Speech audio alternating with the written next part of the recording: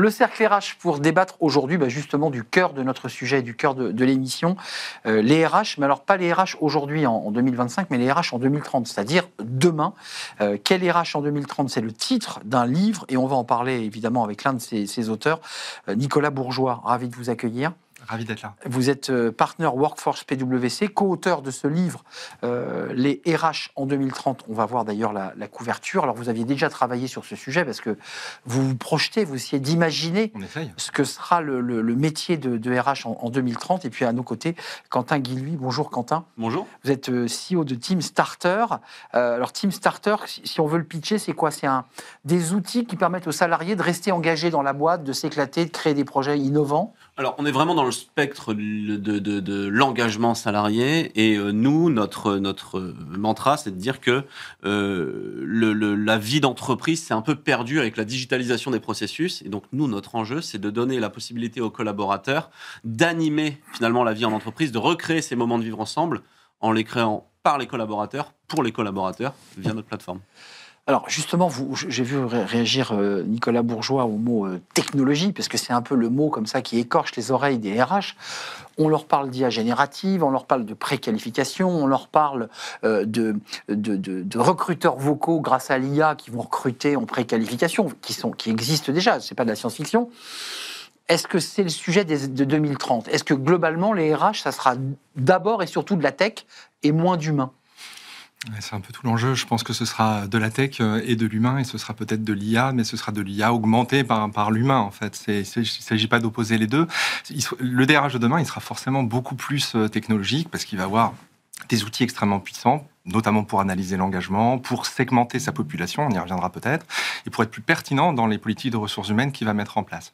Mais l'essentiel d'un rôle d'un DRH, c'est encore, et demain encore, de s'occuper des hommes et des femmes. Des hommes et des femmes, alors c'est-à-dire avec des outils tech. Est-ce que vous dites dans votre livre, on prône, je ne sais pas si vous prônez, mais on pousse l'idée que pour faire de la pré-qualif, on peut tout à fait se permettre d'avoir des outils IA et même d'ailleurs des messages vocaux d'IA qui sont très bien faits. On a l'impression qu'on parle à quelqu'un. Bien sûr, je pense que pour gagner du temps, c'est un excellent outil. Après, c'est important que l'homme continue d'intervenir dans ces processus. Là, vous parlez du processus de recrutement, si on est très clair.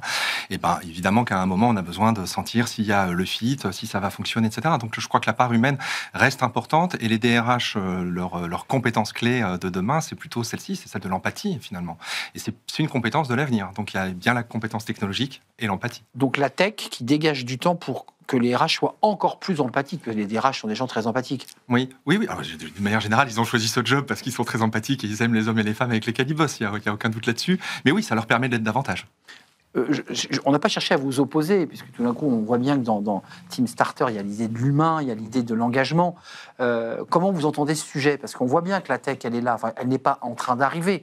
Elle est de plein pied et on est en train de la développer dans les entreprises. Vous, c'est quoi ? C'est le balancier à ce modèle-là, en fait. En fait, c'est vraiment, je trouve, c'est exactement ce que disait Nicolas. Et il ne faut pas penser que c'est un problème de maintenant, la digitalisation de l'entreprise, le fait de gagner en productivité. C'est des choses qui sont vraiment arrivées avec le digital dans les entreprises depuis 2000-2005. Je veux dire, moi, un exemple très concret qui montre que les rapports au travail ont changé, c'est pour les RH, la digitalisation du bulletin de paye. Le bulletin de paye, en début de carrière, on le recevait tous, c'était un acte managérial de la part de notre chef, de la part de notre RH, et maintenant, on le reçoit dans notre boîte mail de la manière la plus déshumanisée du monde. Et donc, il n'y a plus cet acte managérial. Et en fait, tous les processus de l'entreprise, pas seulement les processus RH, se sont fait digitaliser. Et donc ça, c'est autant de petits moments informels humains qui se sont perdus dans l'organisation. Et en 2030, pour revenir c'est Nicolas ici le spécialiste des RH en 2030, mais ce qui change d'ici là, c'est comment on recrée cette culture d'entreprise, cette culture de l'informel, tout en profitant de ce gain de productivité. Et en fait, on ne va pas réussir à faire ça avec les méthodes de 2005, de 2019, juste avant le Covid. Il va falloir réinventer une manière de vivre dans l'entreprise. Mais excusez-moi, vous aviez déjà travaillé sur ces sujets RH et vous en êtes un spécialiste. Là, vous dites que vous avez pris des postures d'opinion, vous avez pris des opinions.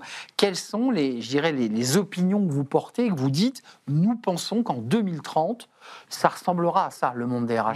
C'est une bonne question. Ouais, c'est un bouquin forcément d'opinion, parce que quand on fait un travail de prospective, soit on le fait vraiment jusqu'au bout, c'est-à-dire on fait plein de scénarios, c'est pas ce qu'on a fait. On n'a pas fait 25 scénarios en disant s'il y a le A, et puis le AB, et puis etc. Non, on n'a pas fait ça. On a pris des partis pris, donc il y a forcément un peu d'opinion. Dans les opinions importantes, enfin en tout cas celles que j'ai envie de souligner là, c'est de se dire simplement, peut-être l'entreprise a été très loin dans la segmentation des populations. C'est un sujet, je pense, qui est intéressant, c'est-à-dire qu'on voit, il y a les hauts potentiels, il y a les jeunes, il y a les vieux, il y a les Gen Z, il y a les cadres, les non-cadres, les femmes. Il n'y a pas de problème là-dessus. C'est important que, comme le marketing, les ressources humaines ciblent finalement des populations en ayant des politiques très particulières. Le problème, c'est que quand on multiplie les populations, et dans une boîte de taille normale, on a, je sais pas, une cinquantaine de populations différentes, on a un système de rémunération spécifique, de management de la performance spécifique, etc., est-ce qu'on bosse encore dans la même boîte ? Et donc, c'est un peu le sujet que tu évoquais tout à l'heure, c'est de dire, finalement, le sujet de demain, il n'est peut-être pas tech, il est plutôt culturel. C'est-à-dire, qu'est-ce qu'on fait de l'entreprise de demain quand on est avec autant de populations gérées différemment ? Donc, vous dites, en fait, c'est des agrégats de communautés, mais ce n'est plus une entreprise. Oui. Aujourd'hui, il y a une entreprise... Oui, c'est ça. En fait, aujourd'hui, il y a une entreprise qui m'a sollicité dans le cadre d'un travail sur un gros projet de transformation où ils prennent des gens de tous les business. Et ils se rendent compte, en les prenant de tous les business, donc des gens de l'IT, des gens de un sorte de codev autour d'une grande table, quoi. Ouais, sauf qu'ils sont 500 pour faire ce codev. Beau codev. Ça fait beaucoup de bruit. Et du coup... ils se posent la question, mais qu'est-ce qu'ils ont en commun ? Parce qu'en fait, j'ai du mal à les faire bosser ensemble, ces gens-là, parce qu'ils viennent de l'IT, ils viennent du marketing, ils n'ont pas le même système de REM, ils n'habitent pas au même endroit. Donc c'est soit la marque en termes de couleur et d'identité, soit la culture de l'entreprise, c'est ce que vous évoquez. Ou les outils de Team Starter, en fait, c'est un peu ça l'idée. C'est de recréer du lien. Et le contrat social. Et le contrat social. Le problème à l'heure actuelle, notamment dans les entreprises qui ont du travail hybride, c'est qu'on ne travaille plus qu'avec les gens avec qui il est nécessaire de travailler. On saute dans une réunion et on ne connaît plus que les gens qui sont qui sont reliés à notre fiche de poste. Dans le scope le plus proche, quoi. Exactement. Et donc, moi, j'ai des clients, des partenaires qui m'ont donné des mots très forts. Ils m'ont dit, mais en fait, on est passé d'une culture d'entreprise à une culture de service. Et ça, c'est extrêmement vrai. Et d'ailleurs, je pense que dans les RH 2030, tu le disais tout à l'heure, il y a un enjeu très important, celui de revoir les KPI d'engagement. Parce qu'on peut être très heureux à l'intérieur d'un service, très malheureux à l'échelle d'une entreprise. Très solidaire de mes copains. Mais Nicolas, on a des sujets qui interpellent en 2025. Reflux du télétravail. Et pourtant, les salariés, quand on les interroge, ils sont plutôt favorables à faire du télétravail, mais on voit que les entreprises freinent. C'est quoi 2030 ? On est tous revenus au bureau, mais c'est plus un bureau, c'est une sorte d'espace de vie où le manager est devenu un coach et on fait plein d'activités sympas et que c'est plus un travail, mais plutôt une sorte d'hybride. Ou est-ce qu'on revient à une entreprise traditionnelle, un équilibre télétravail, on vient au travail ? C'est quoi le travail ? Parce que finalement, ça réinterroge le travail. Oui, alors là, c'est très intéressant parce qu'il y a l'opinion que je pourrais avoir, ce que je voudrais que le travail soit, on peut en parler, et puis il y a ce que ça risque d'être. Et en fait, ce que ça risque d'être, c'est quand même, regardons et faisons le parallèle avec la vie politique, sans rentrer dans un débat politicien, mais on est quand même sur plutôt une ère du conformisme, et en tout cas, d'une forme de retour à des éléments très traditionnels, y compris dans le travail. Et ce qu'on voit aujourd'hui, alors là, il y a des générations qui se heurtaient, notamment la génération Z. Reflux du télétravail. Il y a un reflux du télétravail. On est d'accord, c'est une tendance. Exactement. Et la conséquence sur l'engagement, notamment des jeunes collaborateurs, peut être assez intéressante. Alors, la Gen Z ne revendique pas toujours le télétravail, je précise. Ils sont plutôt favorables à l'idée de temps en temps y revenir. Non, mais c'est vrai qu'il y a une vraie transformation attendue de la Gen Z sur la manière dont on doit pratiquer les ressources humaines qui n'est pas au rendez-vous aujourd'hui. Donc, on a une génération qui ne s'y retrouve pas tout à fait dans les... Mais vous dites, vous, chez Team Starter, le RH de 2030 prend soin de la vie au bureau et en dehors. Ok, très bien. Mais on est d'accord.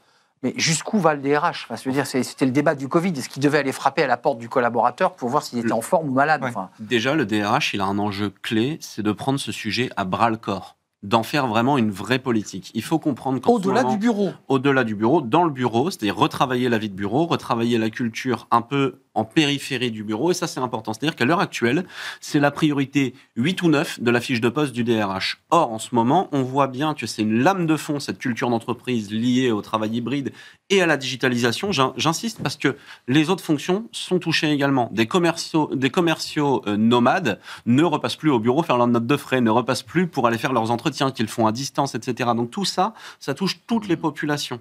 Et les DRH doivent rendre stratégique ce sujet de la culture d'entreprise et d'animer cette vie d'entreprise, finalement, recréer de l'informel dans le bureau. Au risque que le travail ou que l'entreprise se délite, se dissolve. C'est un peu ça que vous évoquez. Exactement. En fait, ce qui fait la performance d'une organisation, je reviens à des choses très simples, c'est le fait qu'on travaille ensemble et qu'on est solidaire et que c'est un petit peu ce que vous évoquiez. Et donc, le job d'un DRH, c'est juste ça, en fait. C'est de faire en sorte que ces solidarités perdurent, que la segmentation que j'évoquais soit pas trop importante pour que justement les gens aient un intérêt à agir ensemble. Et quand je disais tout à l'heure que la culture est sans doute le sujet d'entreprise de demain, c'est peut-être pas celui qui apparaît comme le plus évident. Il fera pas la une de grands séminaires ou des grands colloques. Et pour autant, je crois véritablement que c'est ça l'avenir des RH en 2030. Mais le RH est prêt à vivre cette révolution qui est en train d'arriver, puisque c'est pas demain, mais c'est en ce moment. Est-ce qu'elle est armée? Est-ce qu'elle est d'ailleurs dotée, même dans sa compétence initiale, des bons outils? C'est plutôt des femmes, en grande majorité, qui viennent des sciences sociales, enfin des sciences molles. Est-ce qu'il n'y a pas comme ça des chocs de culture? Quentin, Nicolas? Le RH, déjà, le problème, c'est je pense que lui, il commence à le comprendre. Enfin, Nicolas, je pense que tu as déjà beaucoup bossé là-dessus. Le problème, ça va être le reste du COMEX, déjà. C'est-à-dire que, de toute façon, il va falloir débloquer des budgets pour s'attaquer à ce sujet-là. Donc ça, c'est une réalité. C'est comment est-ce que on rend un peu moins seul le DRH autour de cette mission sur la culture, qui est un enjeu absolument clé. Quand les COMEX s'énervent sur le télétravail, on en parlait tout à l'heure, Ah oui. et ben en fait, c'est des chocs un peu épidermiques quasiment dans les organisations. Ces choses-là, c'est bien lié à un mal-être de l'ensemble du COMEX. C'est pas que le DRH qui s'occupe de ça. Ce que les gens n'ont pas compris à l'heure actuelle, si on revient sur le télétravail et derrière sur l'isolement du DRH, c'est que ça ne changera rien à la culture d'entreprise, puisque le problème n'est pas le télétravail, mais la façon de travailler qui autorise le télétravail. Grosso modo, si jamais on met pas une politique d'entreprise autour de ça, on rentre au bureau, on continue à faire des Teams, casque sur les oreilles, donc et on à est faire comme à la maison. 9-18. Ça ne sert à rien, on n'a pas plus de lien social. Derrière ça, la culture, l'enjeu, c'est le lien social. Oui. Donc c'est l'entreprise, quoi, lien social, communautaire, avec un coach manager, le manager coach. C'est ça, on va vers ça? Nous, on parle beaucoup de... C'est pas simple ce qu'on évoque là, parce que le manager n'est pas prêt non plus. Hein. Le manager n'est pas prêt. Nous, on appelle ça le manager ressource. C'est un manager qui va considérer qu'il est une ressource pour son équipe et non seulement qu'il utilise les ressources pour produire quelque chose. La compétence qui manque un peu, et qu'on évoquait, ce que tu évoquais est très juste, la compétence qui manque un petit peu de la part des DRH aujourd'hui, c'est tout ce qui va tourner autour de l'organisation de travail. En fait, ce qu'on appelle en bon français l'organisation design. Et on voit cette compétence émerger très fort. Dans l'ouvrage, on en parle assez longuement.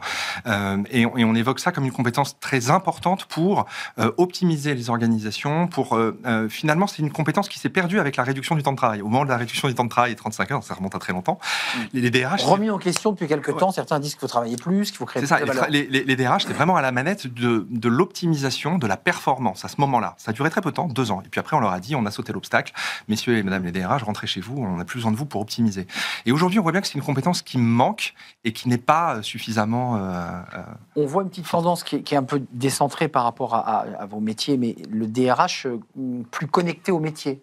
On recrute quelqu'un des métiers pour le mettre RH. Et on se dit... Avec lui, il connaîtra les métiers et il sera connecté. Ouais. Ça, c'est un sujet intéressant aussi. On a tous croisé des gens comme ça dans les carrières et honnêtement, c'est pas forcément du tout les moins compétents. Je pense que tu parlais tout à l'heure d'empathie. Je pense que quand on a connu le métier des gens avec lesquels on travaille, c'est forcément intéressant. L'enjeu de ces gens-là, comme toute prise de poste finalement sur un nouveau métier, ça va être d'aller aussi se spécialiser sur certaines compétences, celles d'hier. Dieu sait que le métier de DRH il est complexe, et celle dont on parle depuis tout à l'heure, c'est-à-dire celle de demain, c'est-à-dire comment est-ce que je sors un petit peu de l'opérationnalité de mon job de DRH pour essayer de partir un petit peu vers 2030. Un dernier mot, Nicolas. Dans l'ouvrage, on évoque très clairement qu'une des compétences importantes pour un DRH, c'est d'être ouvert sur son environnement. Et il n'y a rien de mieux pour être un DRH ouvert sur son environnement que de venir du business et de comprendre le business. Votre livre, Les RH en 2030, votre co-auteur, rappelez-le? Gilles Verrier. Gilles Verrier. On voit la couverture de ce livre qui est le prolongement des travaux que vous aviez déjà fait, parce que vous travaillez sur ce sujet depuis de longues années. Livre intéressant, passionnant, et un livre d'opinion, je le redis, qui ne sont pas des options telles le rapport de la CIA, mais qui sont des livres avec des points de vue et des partis pris. Vous reviendrez dans 5 ans pour voir, parce que 5 ans, c'est demain. Hein. Ah, c'est demain. Merci Nicolas Bourgeois, vous êtes partner Workforce PwC, co-auteur donc de ce livre, Les RH en 2030. Merci à Quentin Guilhuy d'être venu nous rendre visite, le CEO de Team Starter, qui croit à l'entreprise réengagée, réenchantée. Et qui la voit tous les jours surtout. Et qui la voit tous les jours, effectivement. Merci à vous, messieurs. On tourne une page. Tout de suite, c'est Fenêtre sur l'emploi. Et j'accueille mon invité.